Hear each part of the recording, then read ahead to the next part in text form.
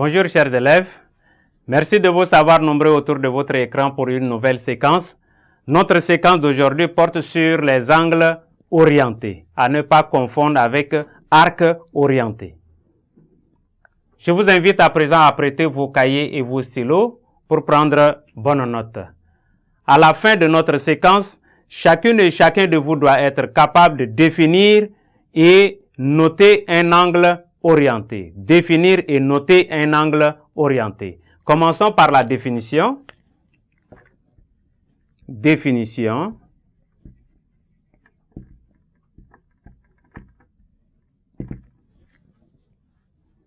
Soit C, un cercle trigonométrique de centre O, A et B, deux points du cercle C, U et V, deux vecteurs tels que OA est égal au vecteur U, OB est égal au vecteur V. Comme indique la figure, nous avions un cercle C de centre O, d'origine I. Voilà le sens direct du cercle trigonométrique. Nous avions deux points A et B tels que OA donne le vecteur U et OB forme le vecteur V. Les vecteurs U et V sont des vecteurs unitaires et par définition, les mesures de l'arc orienté, AB ou bien BA, mesure de l'arc orienté BA, mesure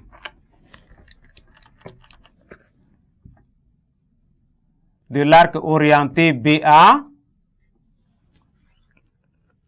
sont les mesures de l'angle orienté du couple vecteur UV.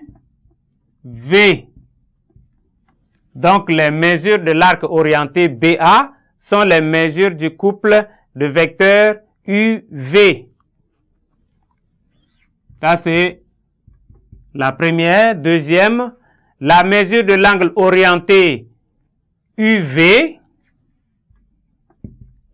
La mesure de l'angle orienté entre les deux vecteurs U et V qui appartiennent à l'intervalle, moins pi à pi, s'appelle la mesure principale de l'angle orienté donné. Ainsi, si alpha est la mesure principale de l'angle orienté UV, si alpha est la mesure principale de l'angle orienté UV,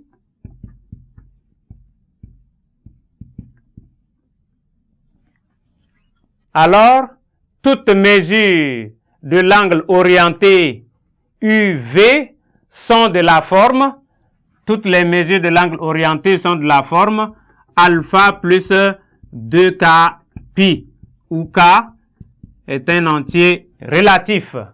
Nous passons à un exemple. Nous allons prendre l'exemple.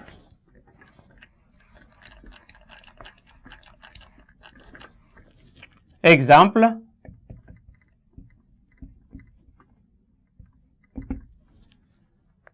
Nous considérons ces cercles. Cercle C de centre O, d'origine I, d'abscisse curviligne 0, et nous avions deux points M et N associés respectivement aux abscisses curvilignes, moins pi quart et pi tiers. Déterminons la mesure ou bien les mesures de l'angle orienté OM-ON. Donc, on veut la mesure de l'angle orienté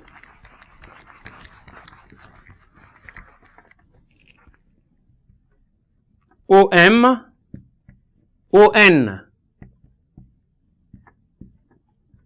On veut la mesure de cet angle.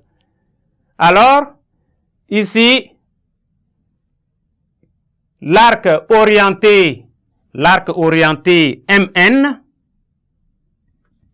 l'arc orienté MN est tel que on a la mesure de cet arc est égale. Nous avions déjà vu dans les précédentes séquences. Ici, ça nous donne la mesure, l'abscisse curviligne de N qui vaut pi tiers moins l'abscisse curviligne du point M qui est moins pi quart.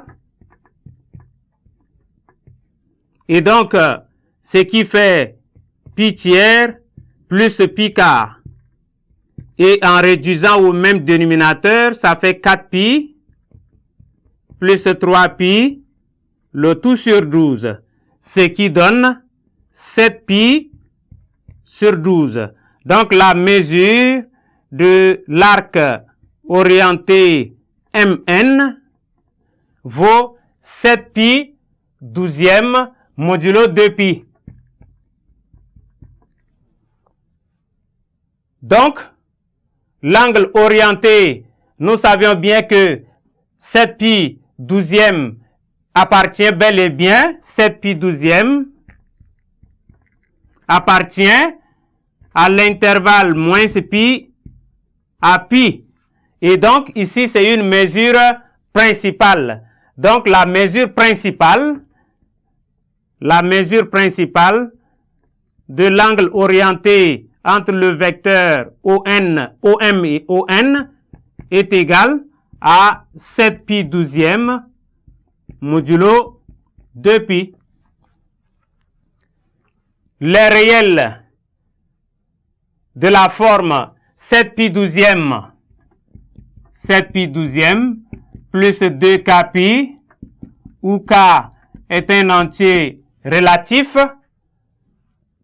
constitue l'ensemble des mesures de l'angle orienté OM-ON.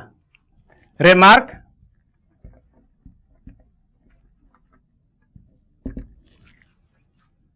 si l'angle orienté entre le vecteur OA-OB a pour mesure principale alpha, alors l'angle orienté AOB a pour mesure la valeur absolue de alpha. Donc, on peut noter l'angle orienté AOB est égal à la valeur absolue de alpha. Donc, la mesure de cet angle orienté est égale à la valeur absolue de alpha. Merci, chers élèves, pour votre aimable attention et nous espérons vous revoir nombreux à la séquence prochaine.